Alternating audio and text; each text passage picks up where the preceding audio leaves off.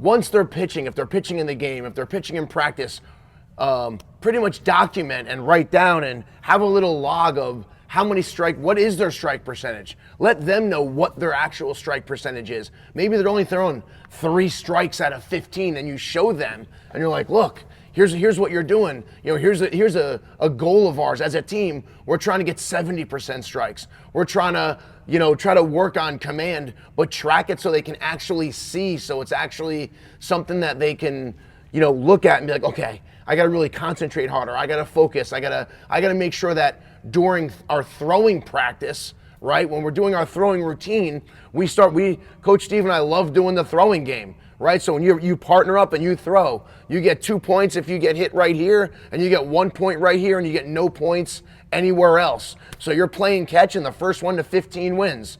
2, 1, 0. So every day that they're playing catch and they're practicing their throwing, they're focusing on hitting a spot, hitting a target, and I think that will really increase and help your pitchers. Not only your pitchers, but everybody that's throwing. They're throwing with a purpose. They're throwing to hit a target. They're not just throwing the ball. They're actually trying to hit a certain spot on your chest or on your hat to actually get a point. And the more they do that, the better they're going to get. If you still have people that are throwing the ball wildly, well, then you need to work on their throwing mechanics.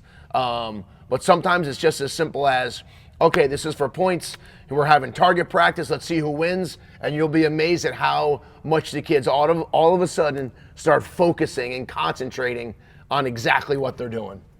I think Duke just hit the nail on the head. It's so important that we warm up with a purpose. So whether it's the target competition, the points competition, I see guys even on my 16U team, they go down to the bullpen to get loose, and that's just what they're doing. They're just getting their arm hot. But balls are flying all over the place, and now they expect to go into the first inning and be locked in. And it's really tough to flip that switch and go from, okay, I'm just throwing to get loose, to now I have to command the strike zone. I have to have a feel for all of my pitches in the strike zone. I noticed it yesterday with our 12U team.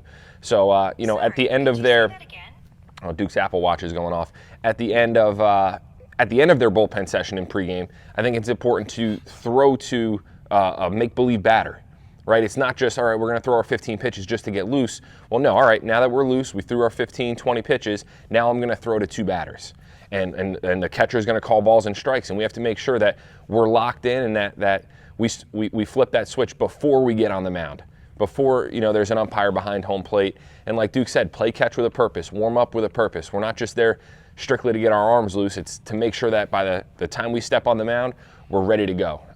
So everything Duke said there, documenting your pitches in bullpens, really keeping track of your progress from week to week, I think is huge. Every time your players throw a bullpen, even if they're 12, you can have a coach or another player that's throwing that day document balls and strikes, and you create a competition out of that. All right, well, we threw 15 pitches, but I only threw 7 or 8 strikes. Well, that's not going to get it done, especially in the game when the pressure really happens.